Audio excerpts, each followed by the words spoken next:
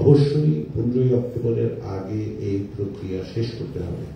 সামনে নির্বাচনী প্রক্রিয়ার সঙ্গে আমরা দেখতে পাচ্ছি যে রাজনৈতিক দলগুলোর বিভিন্ন সাংগঠনিক ব্যস্ততা আছে, নির্বাচনী প্রস্তুতি আছে, আপনারা বিভিন্ন এলাকায় যাচ্ছেন, সেগুলো যেন বাধাবিঘ্ন না হয় সেটা আমরা করতে চাই। শেষ বিচারে এই সিদ্ধান্ত বাস্তবায়নের সিদ্ধান্ত অন্তর্বর্তী সরকারের এবং রাজনৈতিক দলগুলোর। সেখান থেকে বিবেচনায় আপনারা সকলে উপস্থিত আছেন, আপনাদের মধ্যে ঐক্যমত্য, আপনাদের মধ্যে যদি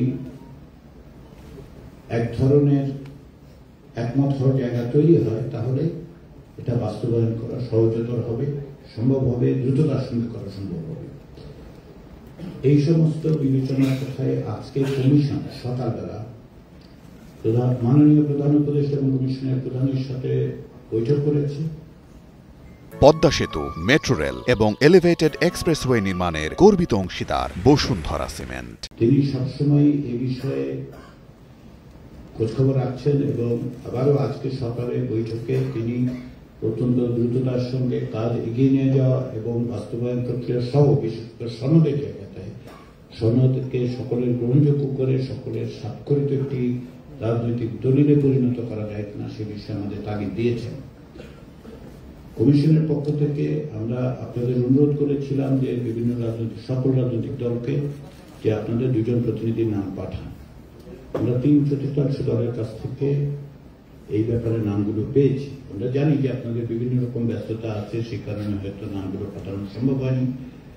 আপনারা দ্রুততার সঙ্গে যদি এগুলো পাঠান তাহলে আমরা 15 তারিখের কাছাকাছি সময় কোনো এক সময় সম্ভব হলে একটি আনুষ্ঠানিকতার মাধ্যমে এটি সাক্ষাৎ করতে চাই। এটা আমাদের প্রত্যাশা, এটা আমাদের আশা।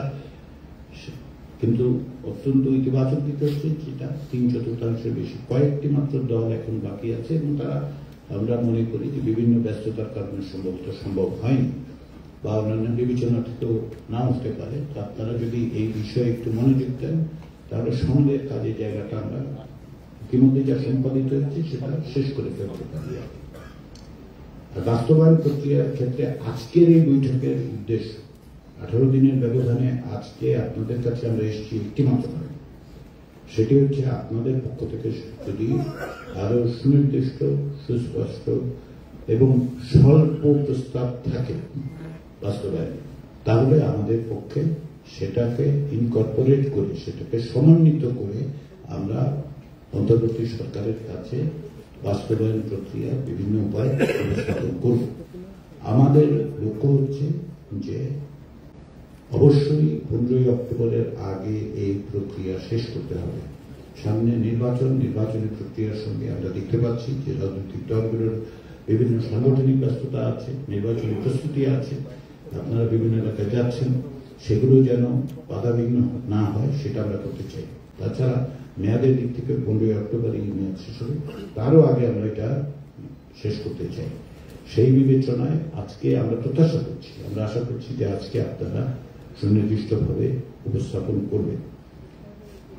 এক্ষেত্রে একটু স্মরণ করিয়ে দিই, আপনারা প্রত্যেকটি রাজনৈতিক দল যার যার অবস্থান থেকে দলীয় অবস্থান আপনারা বলেছেন, আপনারা লিখিতভাবে দিয়েছেন, আলোচনা করেছেন। আমরা সব মিলে আগে যে 3 দিন বৈঠক করেছি সেক্ষেত্রে আপনারা বলেছেন।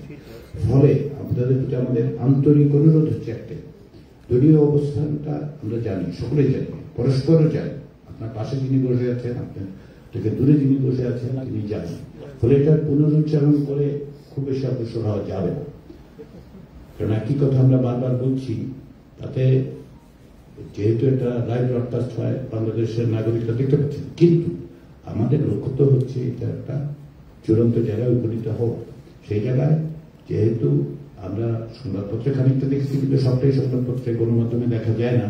আমরা জানি যে আপনাদের মধ্যে আলোচনা হয়েছে, তার ভিত্তিতে আপনার যদি দলগত বিবেচনার বাইরে গিয়ে সম্মিলিতভাবে কোনো প্রস্তাব দিতে পারেন সেটা নিয়ে আমরা আলোচনা করব এবং তারই প্রেক্ষাপটে আমরা আজকের পরে আমাদের লক্ষ্য হচ্ছে আজকে আবার বলি 30টি রাজনৈতিক দল এখানে উপস্থিত, আপনারা যদি এক জায়গায় আসেন তাহলে আমরা বিশেষজ্ঞদের সাথে বসবই না, কিন্তু যদি প্রয়োজন হয় বিশেষজ্ঞদের সাথে আবার বসার তাহলে সেটা আমরা বলবো। যে কারণে আমি বললাম যে চূড়ান্ত বলাটা সঠিক হয়নি আমাদের, তারপরেও কিছু মতামতদের আছে।